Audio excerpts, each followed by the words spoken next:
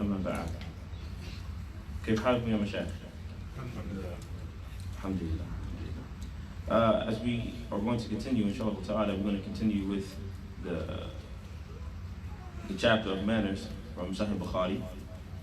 This is about the fifth hadith that we're actually going to do. And today, the class is going to be the sin of qati', which is basically the sin of, you want to title your notes, the hadith is going to pertain to the sin of severing your family ties. The sin of severing family ties. Right. This is also, we did several hadith pertaining to family. Okay, we did about honoring the parents and so on and so forth. But this is going to be approaching the end of actually family ties. Okay. So therefore today's lesson is going to be the sin of severing family ties. We also today is going to be requested that everyone in the room memorizes this hadith. It's only 4 words, all right? It's not that long. All right, well, we're going to memorize this hadith. So, play it. The hadith begins as the companion who is narrating this hadith is Jubair bin Mut'am, and he said, سمعت رسول الله صلى الله عليه وسلم يقول لا يدخل الجنة قاطع. So, when everybody repeat after me, لا يدخل الجنة قاطع. لا يدخل الجنة قاطع. صالح. لا يا. No. لا. لا يدخل الجنة قاطع. لا يدخل الجنة قاطع. لا يدخل. لا يدخل الجنة قاطع. لا يدخل الجنة قاطع. طيب بعده. لا يدخل الجنة قاطع. Don't say يأكل. They eat. لا يدخل جنة قاطع. You read. لا يدخل الجنة meaning that لا يدخل الجنة قاطع. حبيب. لا يدخل الجنة قاطع. حاتم شيخنا. لا يدخل الجنة قاطع. Allah Akbar. لا يدخل الجنة قاطع is that the one who severs his family ties will never enter paradise. That's the meaning of the hadith. The one who severs their family ties will never enter paradise. Does everyone have that written down? طيب. لا يدخل الجنة قاطع. Alright, this is the last time we're going to say it together. لا يدخل الجنة. Alright, there's more than like one Muslim in the room. طيب. لا يدخل الجنة قاطع. Which means? The one who severs the family ties will never enter Jannah. The one who severs their family ties will never enter Jannah. طيب, so having said that, again, the first thing we have to do, inshallah ta'ala, is there are 2 types of family ties. When we're talking about the qati, the one who severs their family ties, meaning the ties of the womb. So there are 2 types of family ties. You're going to write that down. There are 2 types of family ties.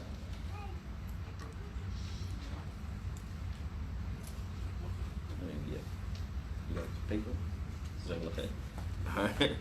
But there are 2 types of family ties. The first type of family ties is يجب وصلها ويحرم قطعها. That here, the first type of family ties is that it is obligatory that you have to keep them, okay? And it's haram to cut these particular family members off. It's obligatory that you have to hold these family ties or keep these family ties. It is sinful if you cut these particular people off.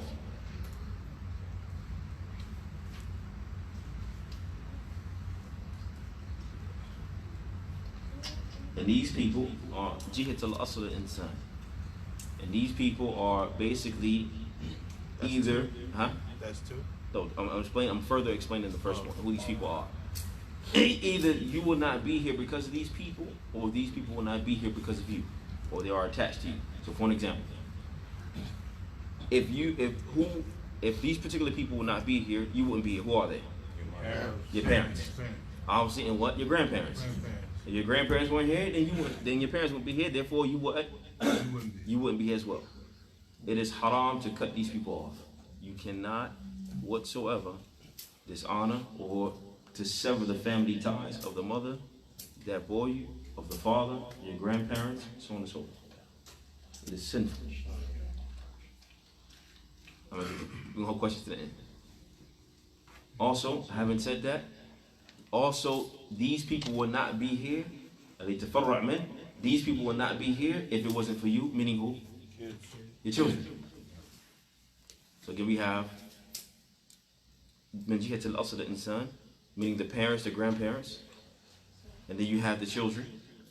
Okay, and also these same people share in that as well, meaning who? Your brothers and your sisters and so on and so forth. Aunts, uncles, things like that. These people, if you cut these people off, as some of the ulama they mentioned, that this is a major sin. You cannot sever the ties of these people whatsoever. So the second type of family ties, all right, now we're doing number 2. The second type of family ties it is recommended, it's highly recommended that a person strives to keep these family ties, and is disliked if they are cut off. Say that again? It's highly recommended for you to strive to try to keep these family ties. Play it, but there's 2 parts to that. The second part is, and it's also disliked if these people are cut off. If disliked. So basically what I'm saying is that altogether that it is still sinful. However, at the same time, this is not on the same level of what cutting off the first part. Well, is it clear? So for an example, who are these people I'm talking about in the second category? For example, you may have a distant cousin, a third cousin, a fourth cousin, what have you. Okay? That his part, alhamdulillah, these people are still part of your family. But for whatever reason, if you're not in contact as much as with these people, or they're cut off, are they on the same level as not talking to your parents? No. All right. So having said that, however, we have to understand here, when the Prophet sallallahu alaihi wasallam he said, "La yadkhulu jannah what? Qati'." The one who cuts or severs their family ties will never enter paradise. Having said that, one of the things that we actually have to do is, when you have a hadith like this, how do you explain this hadith where the Prophet ﷺ clearly said, whoever severs their family ties will not enter paradise? But then you have other hadith, for an example, that says, so you have, for an example, you have those who have the mustard seed of faith will eventually be let out of the fire. We know that in believe in Islam, for those who maybe we shahada, for example, we believe in Islam, alhamdulillah, that if, yes, in generally speaking, we have the correct faith, and generally, inshallah ta'ala, everyone is safe. However, we also believe that what? Some Muslims will be punished where? In the hellfire due to the sins that they commit. All right, just because a person believes doesn't mean they got to get out of hell free card. All right, so therefore some people may end up being punished. However, at the same time, eventually they will be let out. So the question is, you have a hadith that clearly says, whoever has a mustard seed of faith, eventually they'll be let out of the fire. طيب? But then you have this hadith that clearly says, لا يدخل جنة قاطع. The one who severs their family ties will not enter paradise. So how do you make harmony between the two? We believe in Islam that there is no contradictions. So I'm going to teach you a principle, and I want you to write this down for your notes. If you have 2 texts that seem contradictory, and we don't believe in contradiction in Islam, it doesn't exist. The first thing that you try to do is basically make jam' bainahuma. Is that the first thing you try to do? You make harmony between both texts. Don't just say, well, this is not sahih, this is not that. No, don't go to that. Don't do that. So the first thing is, and again, I'm going to test you with another hadith that we're going to take in the rest of the class. So I want you, don't forget this principle throughout your studies. If you have 2 texts that seem contradictory, what's the first thing that you do? You try to make what? Make harmony between the 2. So Try to do both of them. Basically, you try to make harmony between the 2. Is that both of them have their own stance? They have their own stance. Play it. So again, now I want someone to try to explain this. Now, Habib. mean the between the hadith? Between the two hadith. Because apparently you have one hadith that says, Well, it could mean that if someone does break these family ties, then they're not a believer. they're not a believer. Yeah. Tayyib. Okay, anybody else? Salih. Hatman, what you got? Does everybody see the hadith though? Both hadiths. Oh, say the second one again now? First hadith is that whoever has a mustard seed of faith eventually will be let out the fire. This hadith, you have, for an example, it resembles other hadith. For a woman who asks her husband for a khula without a just reason, she will not even what? Smell the fragrance of paradise. You have another hadith, for an example, لا يدخل الجنة مدمن الخمر. Whoever is addicted to alcohol, will not enter Jannah. So on all these particular different hadith, including this one, لا يدخل الجنة قاطع. Whoever cuts their family ties will not enter Jannah. So how do you take all of these hadith in light of this one and still make harmony between the two? Because there's no contradiction in Islam. Am I able to participate or I'm exempt? You're exempt. I mean, you just try your best and keep striving. Try your best to keep striving. Play it. The meaning of this hadith, is that the scholars of Islam, the scholars of hadith, they mention that لا يدخل الجنة قاطع, meaning that this person will not enter Jannah on the first go. Meaning with مع سابقين, with those who enter Jannah the first time. ممكن يعذب في النار وعياذ بالله. Maybe this person will enter the hellfire and be punished for a certain amount of time due to severing their family ties. And this shows how serious that particular sin is. However long that may be, and only Allah Azza wa Jalla knows. It may be thousands, millions of years. But eventually, يخرج من النار, he will come out of the fire. So understand, when you read these ahadith that says, لا يدخل الجنة قاتل, the one who severed their family ties will not enter paradise. The one who's addicted to alcohol will not enter paradise. The woman who asks for khula without a just reason will not enter paradise. So on, all these particular ahadith, we shouldn't understand it as abadiyya, that they would never, ever, ever do it. Because at the end of the day, they're still a what? A believer. And that tawheed trumps everything. However, at the end of the day, when you have these ahadith, it means what? That they will not enter Jannah with ma'ahu, ma'asabiqeen, the those who enter Jannah the first go around. Well, is that clear? So therefore, having said that, you have two different ahadith. Excuse me. You have two different, I want you to write this down as your notes just to make it more clear. Entering the hellfire is of two types. Or remaining in the hellfire is of two types. Remaining in the hellfire is of two types in Islam. And we ask Allah subhanahu wa ta'ala to save us from both of them. You have khulud fin nar wa iyad billah, the person who will remain in the fire forever. Ever. Person will never ever be able to let out, become out of the fire. SubhanAllah. As a side point, and this is just a side benefit, who has memorized the Surah Al-Qari'ah? By show of hands. Huh? One of the last verse, Allah says, for ummuhu hawiya.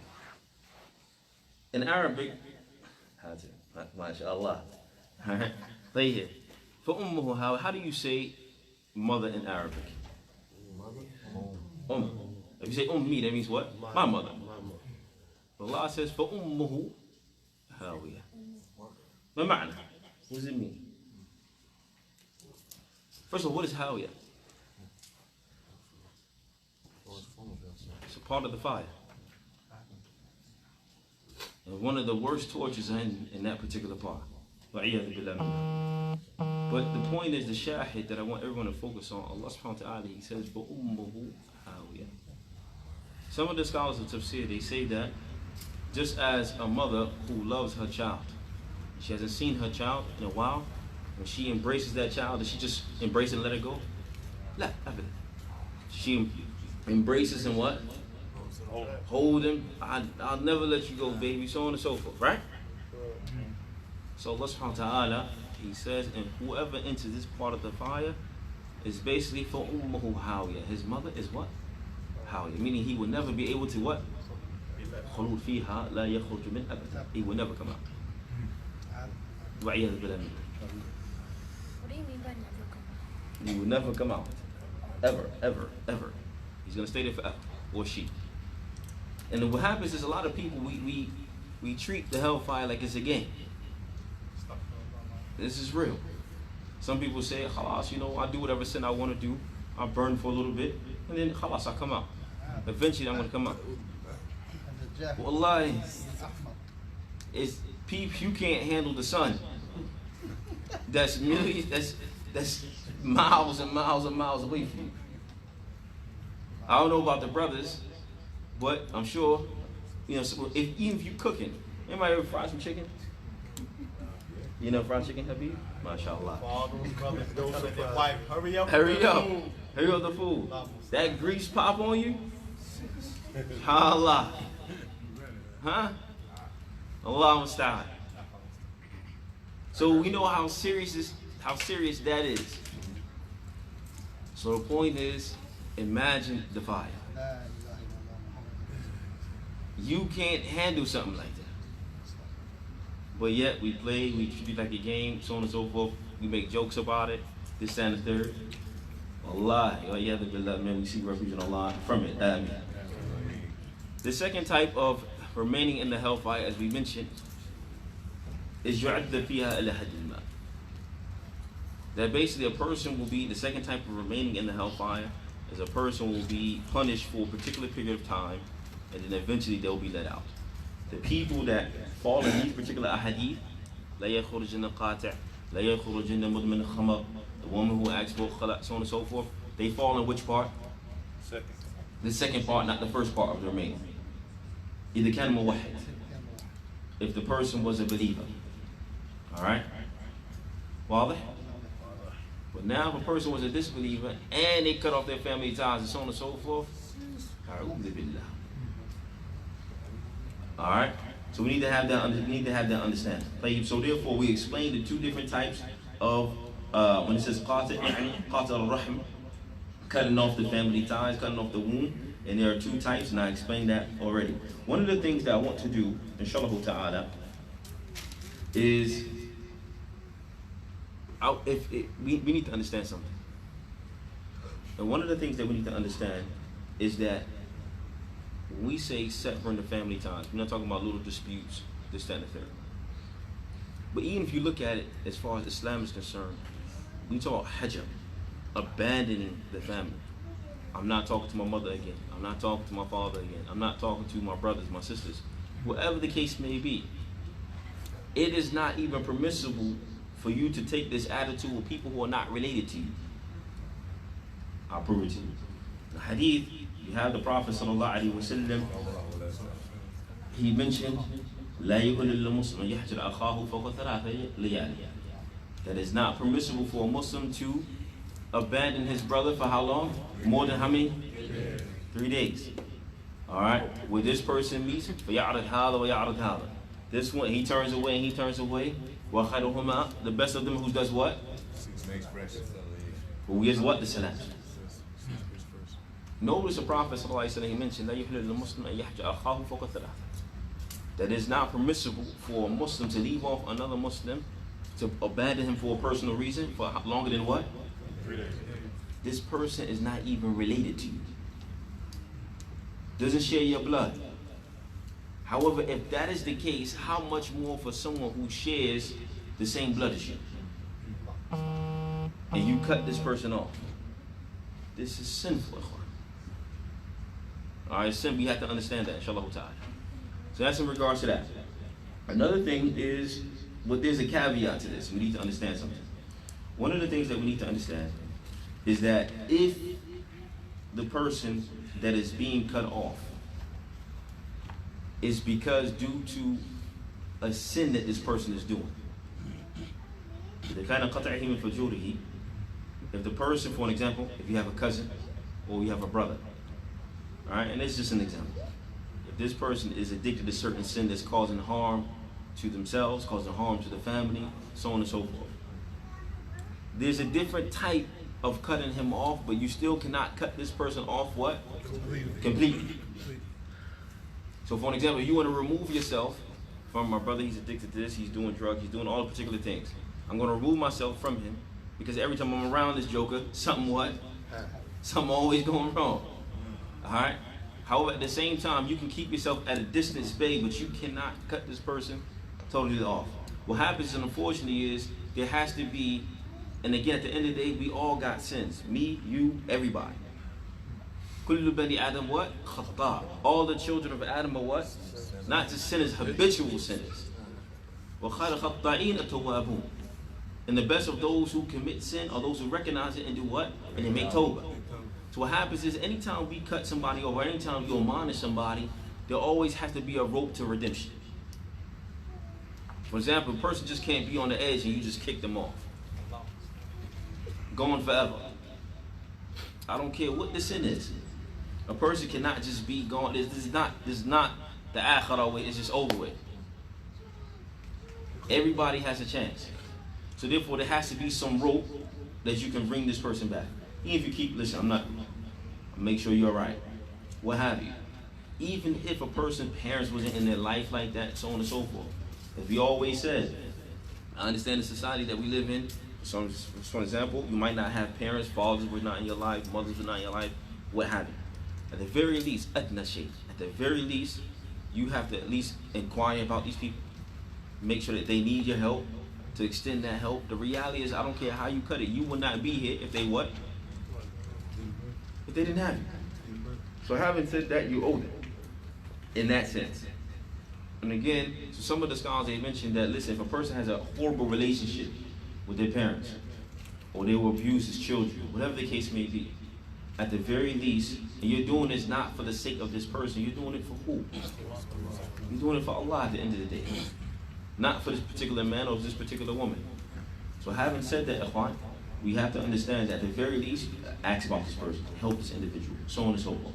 Alright? Now also, when you help someone out, we're not talking about patronizing it. Alright? As Allah subhanahu wa ta'ala mentions, لَا تُبْتِلُوا صَدَقَاتِكُمْ بِمَنِّ وَأَذَى. If you're going to help someone, don't ruin your charity by what? Reminders, I did this for you, I did this, I did that, so on and so forth. Alright? A lot of people end up doing that. Even the scholars of Islam, they added the caveat, some of them, and this is not ijma, this is not agreed upon or anything like that. But I want you to think about this.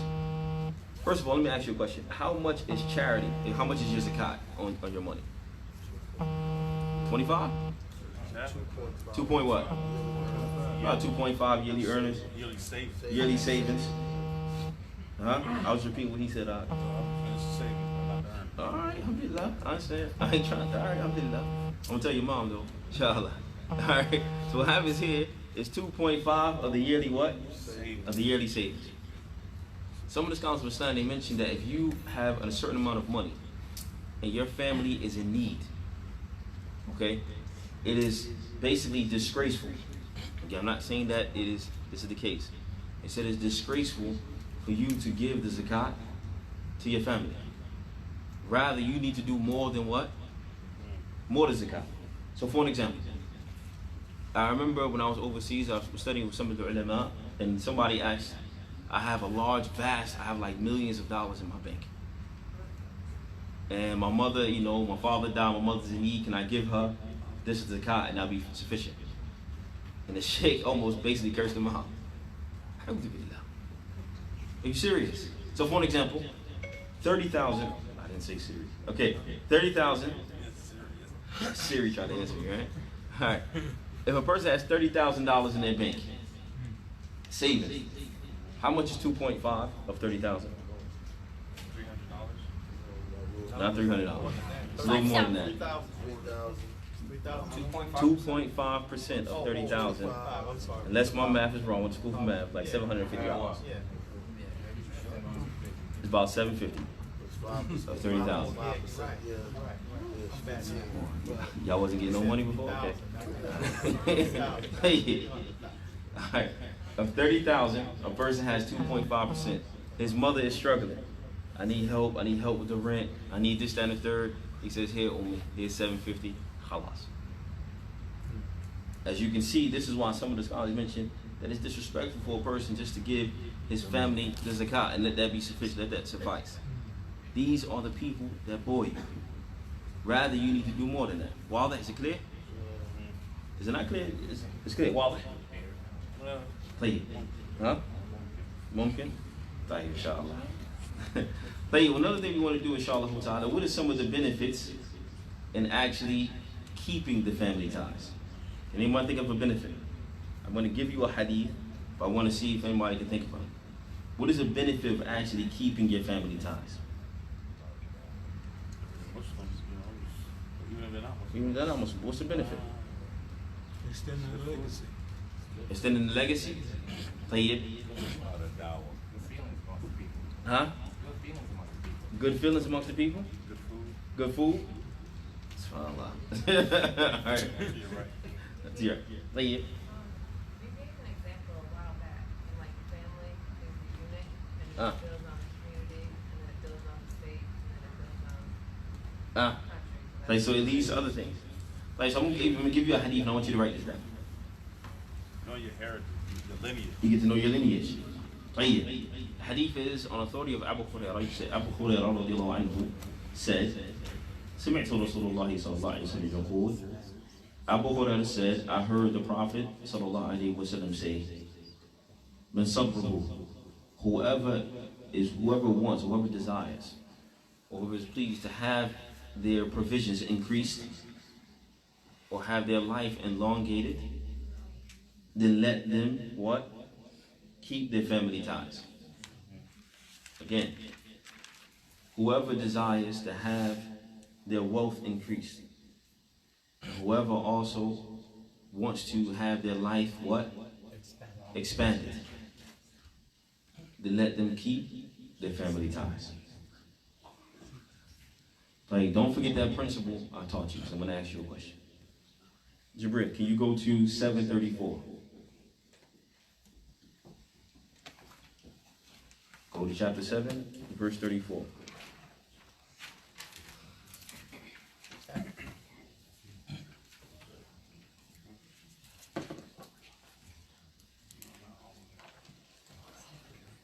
$34. 734. So again, we said, Abu Hurairah, he said, the Prophet ﷺ said, whoever desires to have their wealth, what? Increased? Okay? Or their life expanded, and let them what? Keep their family ties. Right, Jabril, can you read 734? To every people is a term appointed. When their term is reached, not an hour can they cause delay, nor an hour can they advance. إذا جاء أجلهم لا يستأخرون ساعة ولا يستقدمون. Allah subhanahu wa ta'ala, he says that, and when a person's time basically has come, there's what? There's no delaying it, and there's no what? Advancing. So again, you have this hadith that is sahih. Alright? It's clear, it's authentic. The Prophet said it. Whoever wishes to have their wealth increased, whoever wishes to have more wealth, whoever wishes to have their life expanded, then let them do what? Keep their family ties. Allah said in the Quran, إِذَا جَاءَ أَجْلُهُمْ لَا يَسْتَأْخِرُونَ سَاعَةً وَلَا يَسْتَقْدِمُونَ. Allah subhanahu wa ta'ala, he says that when the time has come, there's no what? Delaying it, and there's no what? Advancing. إِذَا تَعَرَضَ دَلِيلَيْنِ. If two proofs, if two things that are authentic, that seem to be contradictory, what is the first thing that you do? Alright, طيب. Without discarding the other. Without discarding the other one. طيب, how to man? What you got? I feel like your life can be expanded. That don't mean it has to be extended. It means maybe Allah can bestow more favor on you in the time that you are here. طيب. It's increased. It's increased like with density. But the same hadith, he clearly said, it clearly says, and if you wish to have your life expanded, Does that mean extended? extended, prolonged, all of those. however you want to translate it, brother. No, there's a difference. Whoever wishes to have his life expanded, Oh. then let him keep his family ties. Because what's written for you La shaykh, can la be معلش. changed. معلش. Yeah. Because what's written for you, Allah can, due to dua or giving sadaqah or whatever, He can remove something from you, and like a calamity that might have came on you that would have ended your life, your original life, whatever. Allah may have, gave some mercy because of something that you did to expand them. Something like keeping family ties. طيب. Maybe these. But he already knew you was gonna do that. Of course. You know. It must be kin to the sheikh. Huh? It must be kin to the sheikh. Kin to the sheikh. طيب. Maybe these that extend past their life. طيب. معاذ شيخنا. You know Riyadh? طيب لا بأس لا بأس. I say الحمد لله. It's nice though too. طيب. القابل. Whoever wishes to have their wealth increased and their life elongated or life expanded, prolonged, and let them keep their family ties. Allah said in 734, إذا جاء أجلهم لا يستأخرون ساعة ولا يستقدمون. أما عند النساء عندهم شيء. طيب ما عندهم شيء. إحداهم. In a way, your life can be extended by your progeny. So you can have an increase in children. It might not be your life, but it will extend your lineage by having your children. طيب. So there's two meanings to the hadith. I want you to write that down. Underneath the hadith that you just wrote, there are two meanings to the hadith of having your wealth increased and your life prolonged.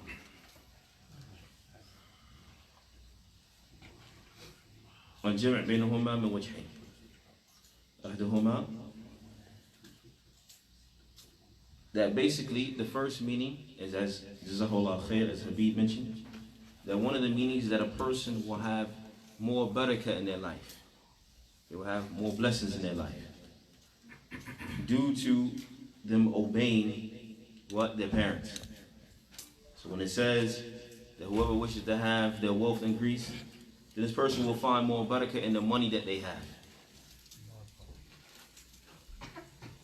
Alright, when you're spending it on your family, you're taking care of your family, so on and so forth, you find that $100 go a far away. Or more barakah, more blessings inside of the money. And also inside of your time, the way you spend your time, you find more barakah in it. Alright, that's one meaning. You said more blessings. More blessings in his time, meaning his time in his life, and also in his wealth.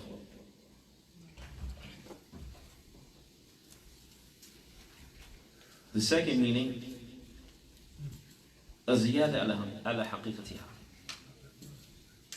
The second meaning is that, just as the hadith states, the person will have more money and their life will actually be prolonged. But how? Let's explain that. We know in Islam that when a woman is pregnant, on what day Allah subhanahu wa ta'ala sends an angel and he writes down certain things. One of the things that the angel that is in charge of the womb writes down 4 things. One of those things that he writes down is what? How much money you have? You went straight to the bread, all right? You went straight to the chicken, now. I wasn't talking about chicken, now.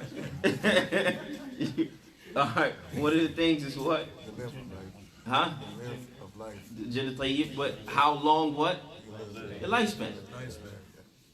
So, but there's a thing, as Habib mentioned, he mentioned a particular caveat that I want everyone to focus on.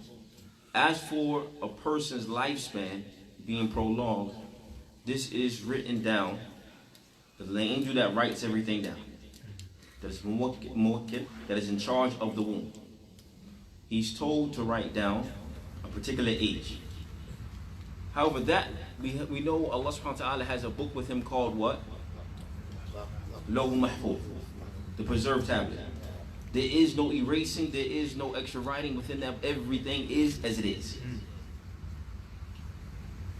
So therefore, the understanding of this, that which can be erased and that which can be yuthbit, is that is which with the angel. So for an example,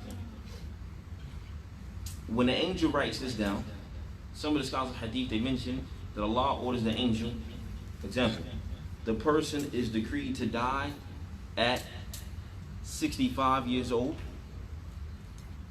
if they cut off their family ties. And if they keep their family ties, then we will decree that that person dies at what? At, for an example, 75. An extra 10 years.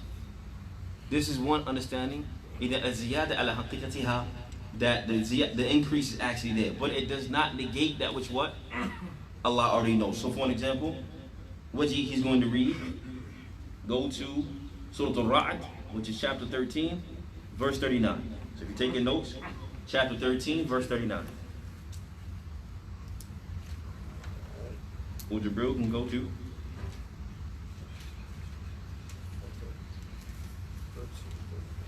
$13.39. Yep. Allah don't blot out or confirm what He pleased, for Him is the mother of the book. Allah does what? Don't blot out. Allah can erase. Yamhu. Yamhu Allah ma yasha wa yuthbit. Allah can erase what He wills. But this is that which is with the malaika, that which is with the angels. He can erase what He wills, wa yuthbit, and He can keep what He wills. Wa indahu ummul kitab. However, He has the Lawh Mahfuz. There's no erasing, there's no adding to that book. Wadah, is it clear?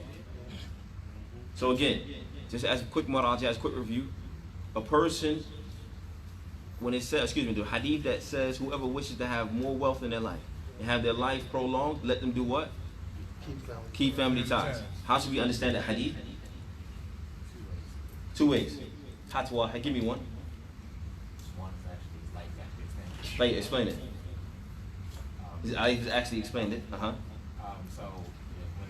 let's say the angel when he decrees that a person may live 60 years, but Allah may give two options. If the person keeps their ties, he may live to 60, if not, or he may live to 60, if not 50.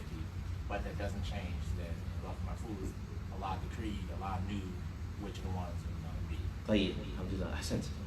I want to explain something here because when it comes to the issue of qadr, a lot of people make a mistake in it. People say, well, because Allah knew everything, then I'm forced to do such and such and such and such. You ever heard this before? A lot of you, especially when it comes to sins. I had no choice. Allah made me, I don't want to finish the rest of the sentence. Alright, people always say that. Allah made me do it. So on and so forth. He already wrote it down. He did this, that, and the third. Alright, maybe we said it before. So Allah knows best. I'm going to give you an example, inshallah ta'ala, wa alaykum salam wa rahmatullah. I'm going to give you an example and hopefully it makes it clear. Alright? So, here, and we don't compare ourselves to Allah, but the principle remains true. For example, I have a child. I have a son. Okay? So let's say I gave my son $5. Alright? Well, I don't want to be a cheap father. I gave him 20. Alright? So I gave my son $20. So I sent him to the store and I say, son, take whatever you want, get whatever you want. Alright? Shit, I did that for me? Alright, I said, get whatever you want. I know this joker. Alright, I know him. He's my son. I know him. I love him, but I know he gonna come out the store with a Snicker, a Sprite, and he gonna have some story when my change is missing. I know him. Alright, it is what it is. So he goes in the store, he comes out with a Snicker, a Sprite. Abby, can you believe he didn't give me that change? SubhanAllah. You should go talk to him. Right? Got this, and I know the change in his pocket. Alright? Now the question is, did I force him to get that Snicker and that Sprite? Did I force him to lie to me? No. But I knew he was going to do what? I knew what he was going to do. Why? Because I know him. So if we understand that example, how much more for Rabbul Alameen, the one who knows everything? Allah didn't force you to do nothing. But He already knew what you were going to do. That's why it's written down. Wadah? Is it clear? Like, so no one should say, Allah forced me, He did this, He did this. No, you did what you did. Alright? But it was already what? He already knew it and it was already written down. Like, another thing we want to talk about too, and I'm going to take a few more minutes and we'll leave it open for questions. But one of the things that constantly people ask, that especially when it comes to family ties, is if they have a relative that is non-Muslim, that passes away, can they attend the funeral or not? And some of them say, well, due to the fact that, hey, you know, if I don't go, I'm severing my family ties, I'm doing this, I'm doing that. So, Kate with Kate with Kate, Kettle with Kettle. So on and so forth. Alright? So therefore, I want you to write down this mas'ala. attending the funerals of non-Muslims.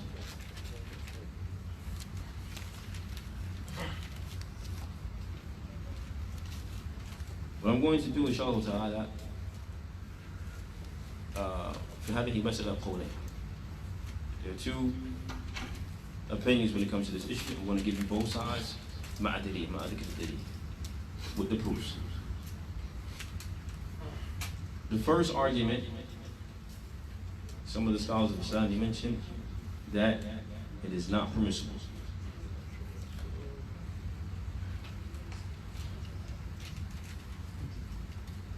لكن في هذه المسألة لم يرد فيها دليل قطعي. All right, there's no explicit text. I just want you to understand that. For that, not permissible, there's no explicit text. For to say that it's not, there's no explicit text to support that. But to be fair, right, you have to mention both sides. So therefore, the first thing, Waji, he's going to read 984, and Jabril's going to read 9113. 984, you said 984, this is the proof, this is the lead that they use. 984 and 9113.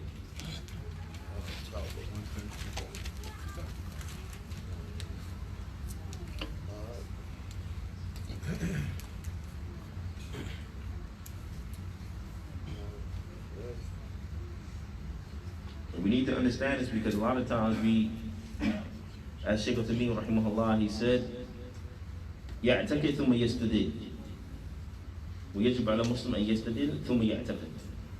So it's upon the Muslim that what unfortunate people do, they believe something and then they look for text to support their belief. Rather, they have to study the issue and then build their belief on top of that. All right, this inshallah ta'ala, this will keep a person being fair and munsif in their religion. So, Jibril, you have, which one do you have? And Waji? All right, Waji's going to read 984. Nor do thou ever pray for any of them that dies, nor stand at his grave. For they rejected Allah and his messenger and died in a state of preserved rebellion. Allah subhanahu wa ta'ala mentioned, do not pray over any of them, and do not do what? Do not stand at their grave.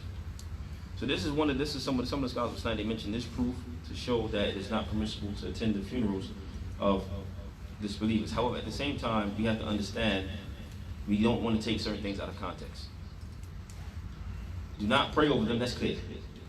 Because these people, kafaru billah wa rasul, they disbelieve in Allah and His Messenger. However, as far as not standing at their grave, you don't want to take that out of context. What happens is, the reason of that ayah, the Prophet ﷺ had a habit, he had basically, it was from his sunnah, that after a person was buried, he would stay at the grave and do what? And make dua for them. However, obviously, if a person was a disbeliever, it's not permissible for you to what? To make dua. So therefore, he was forbade from doing that. That is the meaning of and not standing at their grave. That's some of the scholars have said that they actually mentioned. However, because you still have a hadith that are for example, that are used to forbidding you from visiting the graveyard for zuruhu, so visit them because it reminds you of paradise. You have other texts to show that the general of visiting the graveyard, all right, because it reminds you of the hereafter. As for 9:113, Jibril, read it. It is not fitting for the Prophet and those who believe that they should pray for forgiveness for pagans, even though they be of kin after it is clear to them that... You gotta read that a little bit louder, Sheikh. It is not fitting for the Prophet and those who believe that they should pray for forgiveness for pagans, even though they be of kin after it is... Even though they may be of what? Of kin. So this after, is after it is clear to them that they are companions of the fire. Stop. So these two ayats, this is the proof that are used to show that there is no, this is what they said, it's not permissible for you to actually attend the funeral. However, again, that is not an explicit proof to show that you cannot actually do that. The second proof, now I want you to write down the second opinion. The second opinion is that it is permissible for a person to attend. What? The funeral of a non-Muslim. First and foremost, we have to actually think about this. Like, people, Muslims have been having non-Muslim relatives since the beginning of Islam. It's not just like you the first person that had non-Muslim relatives that passed away. Companions also had non-Muslim relatives. So therefore, this is what some of the scholars, they respond to them in this regard. Can you mention an example where companions, because we have to follow who? Prophets, like I said, them companions. Where one of them had a non-Muslim relative that passed away and they were prevented from going. Play it. Rather, we have a proof to show that one of them actually severed the opposite. So I want you to write this down too, because how many people in this room have non-Muslim relatives? A lot of us. So therefore, we have to understand this particular issue. So the proof, the second proof, which I believe to be from the truth, play it, is that they say that it is permissible based upon a lot of different proofs. One of the main proofs is that Adad bin Sahaba. You have one companion by the name of Harith bin Abi Rabi'ah. Harith bin Abi Rabi'ah. His mother died and she was a Christian. Matat ummuhu Harith bin Abi Rabi'ah. And a group of the companions, a group of the actual companions of the Prophet sallallahu alaihi wasallam attended the funeral. A group of the companions actually attended the funeral. But at the same time, we want to add too that some of the scholars mentioned they remained on, like they didn't partake in obviously in anything. It's another thing. All right, so if you're gonna attend a wait or something like that, I mean, everybody stand up, bow your heads. You can't do that. You can't be singing all that and hitting tambourines and all that stuff. So it's safe to say that they went for support and not for activity. They want for support and not necessarily activity. Like, so that's in regards to that. Also, you have, for example, the Prophet said to them, he visited, for example, a Jewish boy that was on his deathbed. And he was dying. Okay? I got you. Let me quarterback this thing, Shay. I got you. Let me finish. But that's just to go to show you the importance of, because what happens here, the reason why I say that is because underneath the first opinion, you have a lot of scholars, they say that, for example, and this is alhamdulillah, this is their proof that they use. But under the first example, they say that attending the funerals is haqqul muslim, the right of your Muslim brother and your Muslim sister.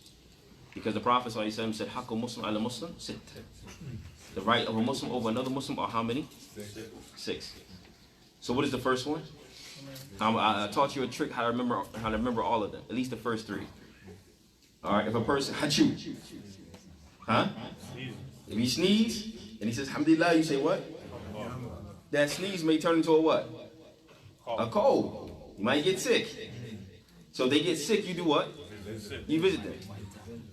Sickness, he might die. All right. So if he dies, you do what? You go to his janazah. So at the very least, you got those 3. So what happens here, the scholars of Islam, they say that because the janazah part is haqqul muslim, okay, the right of a Muslim brother, then that's why they negate the other half, that obviously is the right of a Muslim. You can't go to a non-Muslim funeral. However, the scholars on the other side, who say that it is permissible, they respond to that by using the hadith I told you. That, for an example, you can't say that. Because within that same hadith, ذُكْرَ فِيهِ مَاذَا, that visiting the sick is what? Haqqul Muslim. What we found in this hadith, the Prophet visited who? Yahudi. But that ain't. So basically that's the whole point, that here is that, yes, it is basically, for instance, visiting the sick is for anybody. Play it, but if you visit your Muslim brother, your Muslim sister, then it's their right, and it's also more, alhamdulillah, it's better in the eyes of Allah subhanahu wa ta'ala. No, I'm not trying to discredit what you're saying, but you said visiting the sick, and you talking about funerals, so that's why.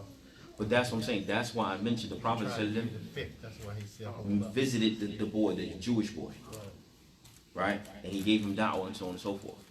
That's the whole point, that you can't say that just because attending the funeral is haqqul muslim, that it negates another half. Because also visiting the sick is haqqul muslim. But does that mean if your mother gets sick, you can't visit her? No. Does it mean that? So that's what I'm saying. You can't use that proof to say that you can't attend. Wadah? Is it clear? Like, that's what I meant. That's what I'm trying to show you. Not absolute. I'm saying, let me quarterback you. All right. So at the end of the day, what we're saying is that when it comes to the issue of keeping the family ties, then it's very, very important. You cannot sever anything. Notice the Prophet ﷺ, he did not say in the hadith, لا يدخل الجنة قاطع Muslim. Alright, he had that caveat. He didn't say that the one who severs the Muslim ties is not into paradise. He said the one who severs their family ties is what? Into paradise. So therefore I want somebody to repeat that. Again, we need to memorize this hadith. لا يدخل الجنة قاطع. Alright, again, so what does this mean? That a person gonna remain in the hellfire forever? Hatim? What does it mean?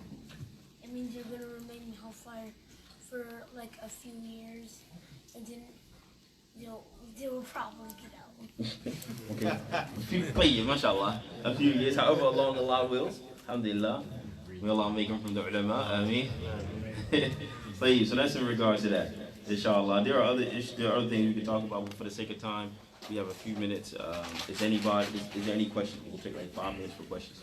I know about, so I didn't hear you expound on like the weight situation. I know you can go the weight. You tell about the weight? I didn't hear you tell about the weight. For the second one. So you just go to the funeral and then you leave. That's right. Like I said, again, if a person is going for support, alright, going for support, again, if the person takes the first opinion, for the huda, that's his opinion.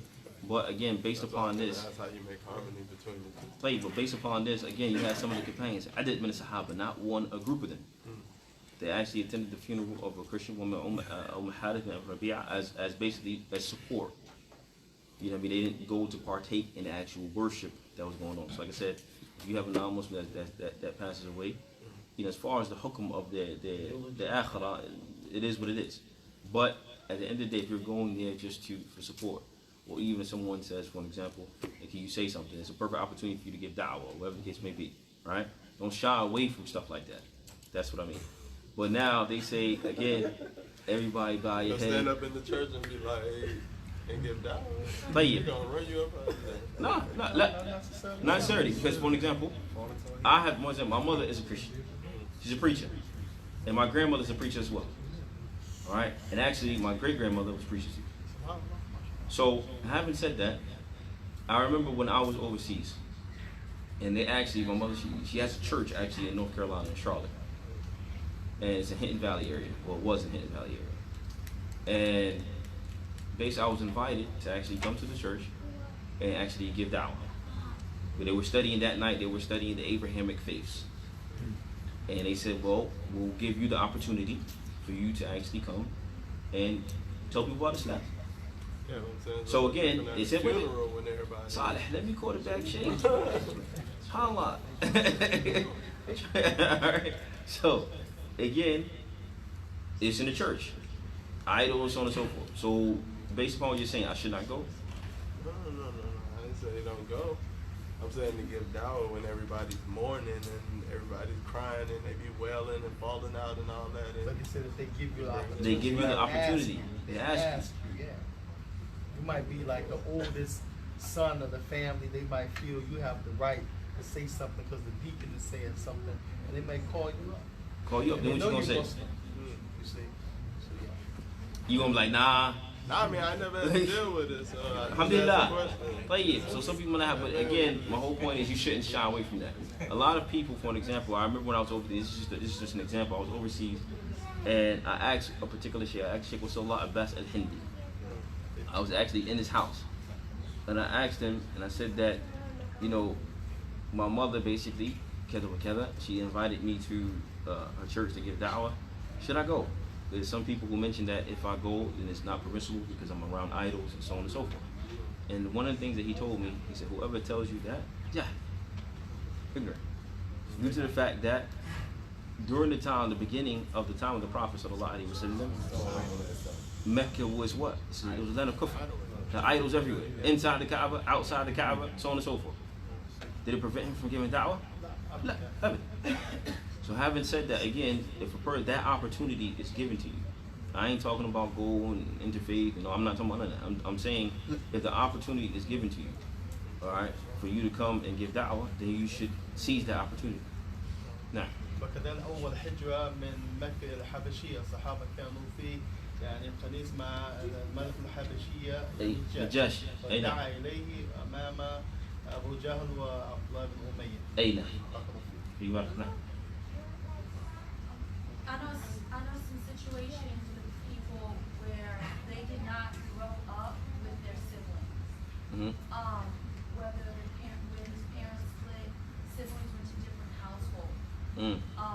Later on in adulthood, they know about their siblings. They don't know their siblings at all. Is it severing ties if the person just continues to live without making an effort to find their siblings, or is it okay that they didn't make that effort as an adult? Is it considered severing ties? Play it. So you have several different ahadith that basically talks about that. For example, al-wasid, all right, al-wasid al-kafi. Basically here, if that, in a nutshell, basically if a person is not blameworthy, or rather if the family cuts off the ties, he's not the one that cuts off the ties. But if the family cuts off the ties, it's still better for him to try to mend that. So again, basically to answer your question in a nutshell, if a person is aware, or they're cognizant of the fact that they have brothers or they have sisters, whatever the case may be, at the very least, once they become aware of that, they should at least try to inquire about that and extend that what's the word I'm looking for? Connection. That connection. But again, so if a person is aware and they don't even try, then perhaps they can be blameworthy for doing that. Now, if they extend, they try to reach out, I mean, especially in today's society, Facebook, this, that, so on and so forth. That person says, leave me alone, I don't want nothing to deal with you, so on and so forth, this, that, and the third. At the very least, hey, I'm your brother, I'm your sister, so on and so forth. Here for you if you ever want to talk, whatever the case may be. At least make some type of effort in that regard. Now. Earlier on, we spoke about the severing the ties of the parents.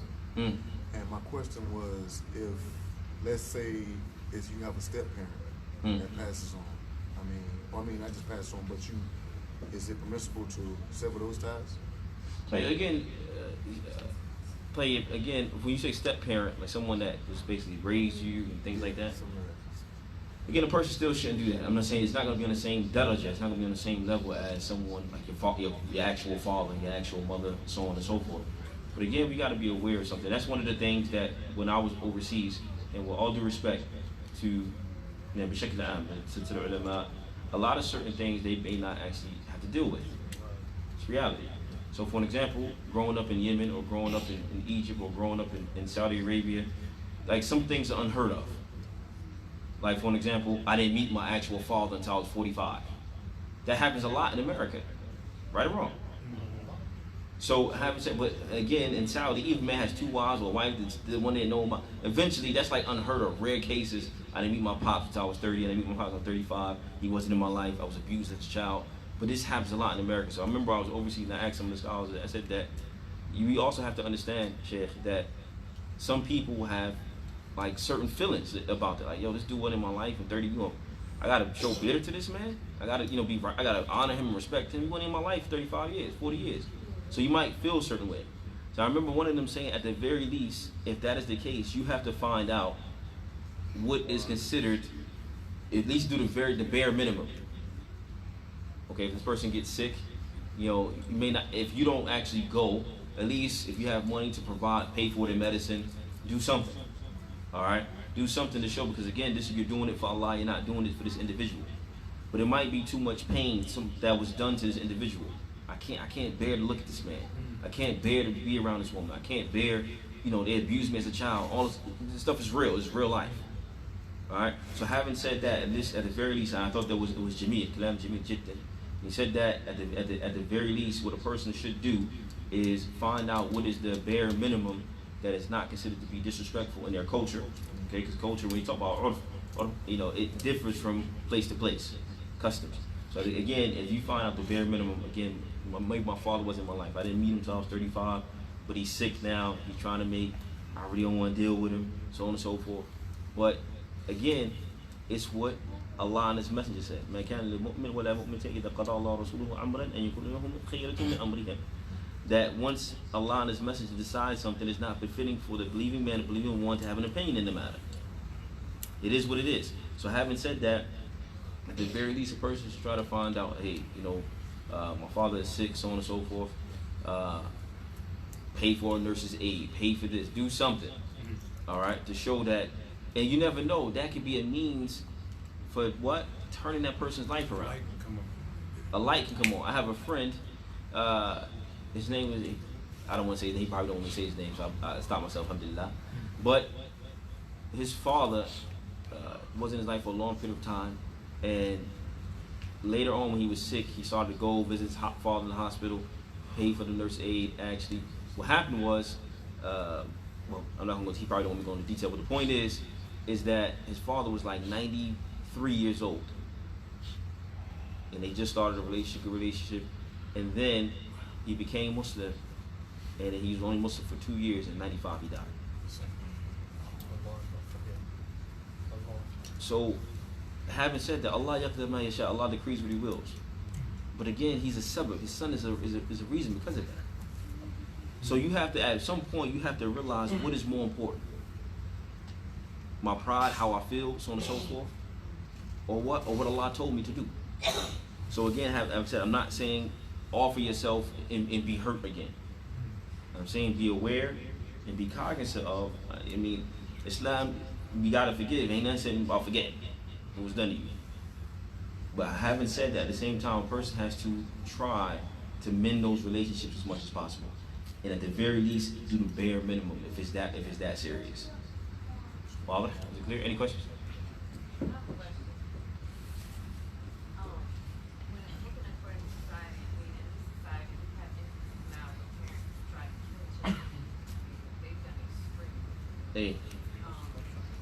And people have done certain things like where they try to kill children and so on and so forth. So, at that point, is there still an obligation? I mean, in this culture, it's accepted to distance yourself from that person. If somebody trying to cause you your life, is that not then permissible at that point? Well, so for an example, this is just like. Even like, a lot of girls. I got you. Yeah, I know you know where I got you. So for an example, so for an example, if I don't know, if I have a sister, all right, and she was married to a man, and this man was abusive, he physically harmed the children, so on and so forth, in all different types of ways. So she feels that I'm going to remove as protection for my children, this man can't come around, right? Court order, whatever the case may be, at the very least, she's doing that for a maslahah, of the safety of the children. However, that's not on the same level. Again, wait, let me explain. If she does that, then khalas. She's doing that to protect the children if she has a just reason. However, she still shouldn't transgress the bounds. You have no father, he's dead, so on and so forth. All right, what have you. This man is still alive, they should know who their father is. I'm not saying they go and spend time with him on the weekend, or visitation and so on and so forth. Obviously, there's a reason why that's being blocked off. But if these children grow up as well, all right, they know who their father is, they grow up, they're 18, 19, 20, so on and so forth, and they have a desire, listen, I understand what happened in the past, but I want to visit my pop. They should not be prevented from seeing their father. Right, but again, it goes underneath the same example where they didn't know who their father was, or they were prevented. If they don't, man, I don't have no desire to be with. At the end of the day, that is your father. So you have to, like I said, at the bare minimum should be done. Ask about him, as some of the scholars mentioned. Ask about him. Is he all right? So on and so forth. If he's sick, provide some type of, make dua for him. Oh, may Allah guide him. May Allah forgive him. So on and so forth. That should be that. If that's the bare minimum, like I can't do no more after that. Alhamdulillah. Right. I did that. So you saying when they become of age, if they don't take that initiative now or whatever, that they're sinful for it? Once they become of age, they're their own person now. Hey, their own person. They're not under the mother's care. They're not under the mother's care. Is it now an obligation, something that they'll be sinful for if they don't. Person knows that this is my father, so on and so forth. Might even know where he's at. All right, drunk on the street, whatever the case may be. Forget that joker. All right. Again, if a person still takes, they have to, inshallah, they have to fight. Jihad al-nafs. They have to fight against themselves. You know, listen, that's my pops. I'm not saying go and have lunch, take a Red Lobster. All right. But at the very least, we say, may Allah guide him, ask about him, help him out. He might be sick. He might be in a nurse's home. Pay for a nurse's aid. Help him from a distance. At the very least, because at the end of the day, there's no way to get around it. It's your fault. And I understand, like I said, that's why I asked the question to some of the sheikh. These certain issues don't happen, like for example, in Egypt and Yemen and all these other places. It happens a lot in America. So again, it's a part of your deen. If you say you believe something, we gotta take it what? Take hold. We can't start saying, you know, he's a deadbeat, you have no father, this, that, and the third. Would you who can me? All this other stuff. Alright? Talking bad about your parents and this, that, and the third. We shouldn't do that. The reality is, it is what it is. They're gonna understand that. They're gonna grow up and see that. But again, at the very least, they can make dua for him. Allah forgive him. Allah this, mend my relationship, so on and so forth. Father? Wait. Sure. Hey, now. I have a question. We know that, as you mentioned, if the parents or anybody who was a relative die on clear shirt, you can't ask Allah to forgive them. You can't pray for them to be in paradise. But some people have the opinion that you can ask Allah to have mercy on them. And we understand that if somebody dies on kufr and shirk, asking Allah to have mercy on them could mean you mean to forgive them and not the literal meaning of mercy. But when Abi Talib died, he asked Allah subhanahu wa ta'ala lessen his punishment, which that's the type of mercy. So do we say that from the aqeed of the Quran Sunnah, way of Salaf Salih, that you can ask for mercy for that non-Muslim relative or parent versus asking for forgiveness, or do we include the mercy as well? لا هذا كان خاص النبي صلى الله عليه وسلم. All right, and some of the scholars of Islam mentioned, and their brother brought up a good point, whereas some people mentioned we know that we can't ask Allah to totally forgive them and grant them Jannah. What about actually يخفف عنهم عذاب, may Allah have mercy on them, so on and so forth, lessen the punishment, this, that, and third. Because the Prophet, like I said, he did this with his He did this with his uncle. Having said that, one, again, this was, as some of the scholars mentioned, this was khas. This was specifically for the Prophet ﷺ, because in the same hadith he said, "Lola," had it not been for my dua, then Abu Talib would have been what? In the depths, in the lowest part of the fire. So that's in regards to one of that. Also, too, you didn't see from the other prophets that this is not something that was done. For example, Ibrahim with his father, so on and so forth. Nuh alayhi salam with his son, with akhri, and so on and so forth. So again, a person should not take that particular understanding. This was something that was specifically for the Prophet sallallahu alaihi wasallam. Also, adding another caveat to it, you have, for example, even the parents of the Prophet sallallahu alaihi wasallam. He actually tried to ask for forgiveness for his mother, and then he was forbade from doing so. All right, you have that as well. So again, this is not something that he, actually did, and it's not something that the companions did. You didn't find the companions doing this, and if there was some khair in it, they would have been the first people to do it, and encourage everybody else to do it. So therefore, asking may Allah forgive them and so have mercy on them, lessen the punishment. These things that was strictly for the Prophet in that one instance, which he did not make a habit of doing that. That's number one, and number two is that excuse me. And number two, brothers and sisters, is that again, this is not something that the companions actually did. Not something the companions actually did, and we should stay away from that. Now then, you have to also realize too that before these people were your parents, they were also slaves of Allah. All right, they made a decision, and you made a decision. Okay, so we shouldn't, and that's another thing too. We have to understand that it's a hard pill to swallow, but you have to understand that these people, like I said, these people made a decision. For example, Khalid bin Walid, he had verses of the Quran revealed about his father. He be tortured in a certain way, so on and so forth. And then if you study the seerah, they actually had people that would try to make fun of Khalid. How are you going to pray behind Muhammad sallallahu alaihi wasallam? And these verses are about your father, so on and so forth. Walid bin Mughira, he's going to be tortured this way, so on and so forth, so on and so forth, so on and so forth. And one of the things that Khalid, he would say, he had a choice and I have a choice. Alright? So having said that, you're not the first person to deal with this. Right? You're not going to be the last person to actually deal with it. We have to look towards the companions as an example of how we should actually deal with some of these issues. Like I said, for example, Hadith bin Abi Rabi'ah.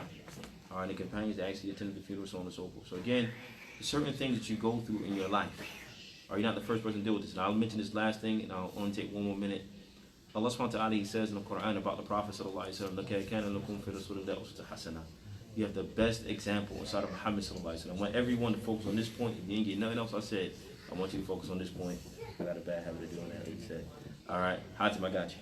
Alright, so basically, here, Allah, we believe in Islam that Allah can do anything that He wants, yes or no? Why would He decree for His last and final prophet to grow up illiterate? He couldn't read, he couldn't write. To grow up an orphan. His father died when he was in the womb of his mother. His mother died shortly after that. All right, his grandfather passed away. His uncle, everyone around him, everyone he loved, he lost. All of his kids except one. All of his kids in his lifetime, except for one, Fatima, who died 6 months after the death of the Prophet sallallahu alaihi wasallam. Just hardship upon hardship upon hardship. Why? And He can make his life tremendously easy for him. But why would He decree that particular lifestyle for the Prophet sallallahu alaihi wasallam, and at the same time, still say, لَقَدْ كَانَ لَكُمْ فِي رَسُولِ اللَّهِ أُسْوَةٌ حَسَنَةٌ. You have the best example inside of Muhammad sallallahu alaihi wasallam. Why? Huh? To show you ain't got no excuse. To show you, as some of the scholars mentioned, to show that one, growing up as an orphan is not a stigma. That you can always become somebody. Alright, we stopped. For example, my father wasn't in my life. This is why I abuse women. This is why I do that. Prophet said his father wasn't in his life neither. I don't have a good relationship with my mother. The Prophet said he didn't know he knew who his mother was, but he didn't grow up with his mother. But he wasn't a womanizer. He wasn't this. He wasn't that. So therefore, we got to understand. I grew up in South Carolina. The education system is horrible. All right, it's why I can't become a doctor. All right, whatever the case may be. Prophet said couldn't read, couldn't write. All right, look at Canon, look over Hasana. You got the best example inside of Muhammad sallallahu alaihi wasallam. So therefore, we gotta all excuses is cut off. All right, so therefore, that's just some of the advice that I have. And the last question is for Shaykhana Hatim. Okay, I just wanted to know who Khalid is. All right, Khalid, alhamdulillah, he's a companion. Khalid bin Walid, who was a companion of the Prophet sallallahu alaihi wasallam. He also had the nickname Sayfullah, the sword of Allah. All right, and your father, he'll fill you in the rest, inshallah. All right, jazakallah khair. سبحانك اللهم وبحمدك اشهد ان لا اله الا انت استغفر الله واتوب اليه. السلام عليكم ورحمه الله وبركاته.